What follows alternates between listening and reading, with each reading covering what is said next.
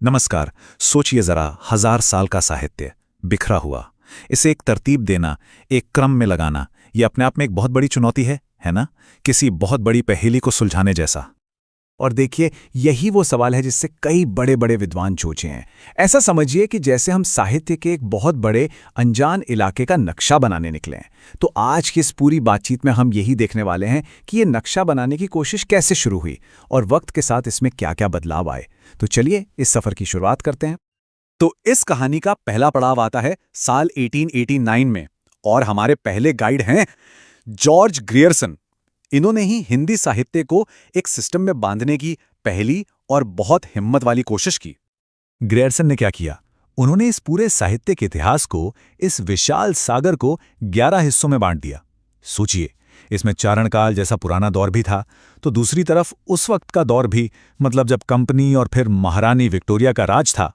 तो एक तरह से कह सकते हैं कि ये इस अनजान इलाके का बनाया गया पहला नक्शा था। हाँ, एक बहुत बड़ा और एम्बिशियस कदम तो था ही। लेकिन जैसा कि अक्सर पहली कोशिशों के साथ होता है, वो परफेक्ट नहीं होती। ये कोशिश बहुत जरूरी थी, एक मील का पत्थर थी, पर इसमें कुछ बड़ी खामियां भी थीं। ऐसी खामियां जिन्हें आगे आने वाले विद्वानों को ठीक करना था। अब सवाल यह है कि सबसे बड़ी दिक्कत क्या थी?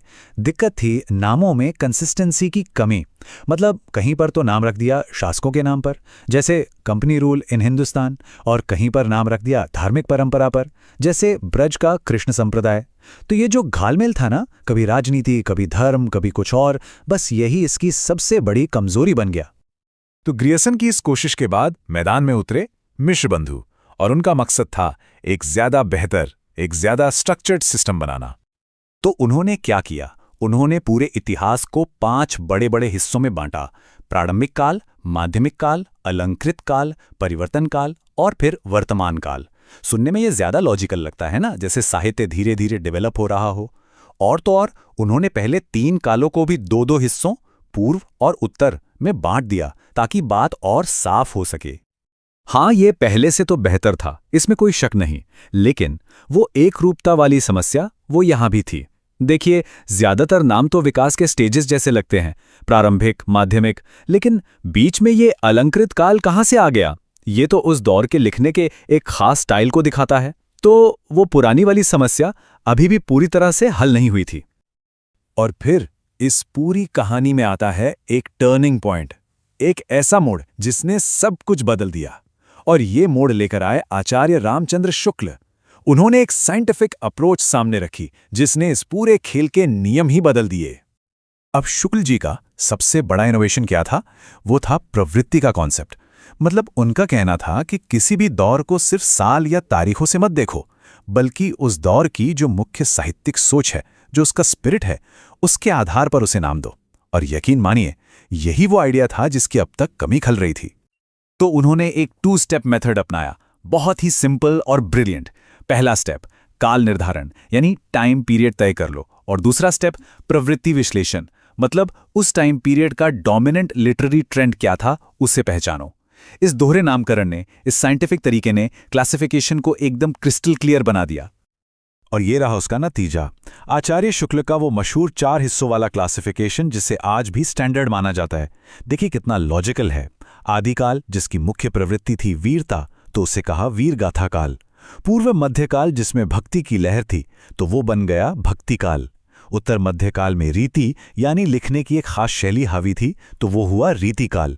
और आधुनिक काल में गद्य यानी प्रोज का बोलबाला हुआ, तो उसे कहा गद्य काल। है ना, एकदम साफ और सटीक। लेकिन रुकिए, कहानी यहां खत्म नहीं हुई है। आचार्य शुक्ल ने एक मजबूत बुनियाद तो रख दी थी, पर दूसरे बड़े विद्वानों ने इस पर आगे काम किया, इसमें कुछ सुधार किए, कुछ नई बातें जोड़ी। जैसे कि डॉक्टर रामकुमार वर्मा और आचार्य हजारी प्रसाद द्विवेदी। इन्होंने शुक्ल जी के काम को, खासतौर पर जो शुरुआती दौर था, उसे और रिफाइन किया। जैसे वर्मा जी ने आदिकाल से भी पहले एक संधि काल माना, और फिर चारण काल। वहीं द्विवेदी जी और शुक्ल जी टाइमलाइन पर तो करीब करीब एकमत थे, पर नामों को लेकर बहस वो चलती रही।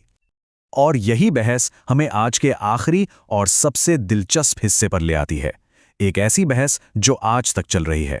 और ये बहस है पहले काल के नाम को लेकर। मसला बस इतना सा है कि हिंदी साहित्य का जो सबसे पहला दौर है, जो आदिकाल है, उसे आखिर कहा क्या जाए। सवाल एक है पर जवाब कई, और हर जवाब अपने आप में एक अलग नजरिया पेश करता है। जैसे आचार्य शुक्ल ने इसे वीरगाथा काल कहा। क्यों? क्योंकि उन्हें लगा कि उस दौर की पहचान वीरगाथाओं से, हीरोइक पोएम्स से होती है। तो वहीं डॉक्टर रामकुमार वर्मा ने कहा, नहीं, इसे चारण काल कहना चाहिए। उनका फोकस रचना पर नहीं बल्कि रचनाकार पर था, यानी चारण कवियों पर। फिर आए महावीर प्रसाद द्विवेदी।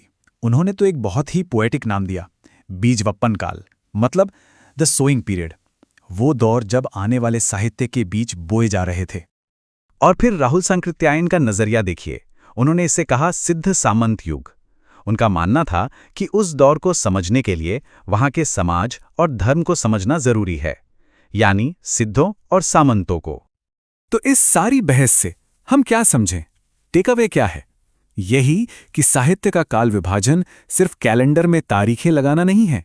नहीं, ये तो हर दौर की रूह को, उसकी आत्मा को पकड़ने की एक कोशिश है, उसे समझने और फिर उसे अपने शब्दों में बयां करने की एक गहरी कोशिश।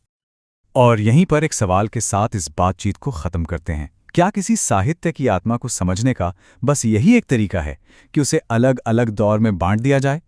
या फिर क्या इतिहास को देखने के, उसे समझने के और भी तरीके हो सकते हैं? ये एक ऐसा सवाल है जिस पर सोचा जाना चाहिए।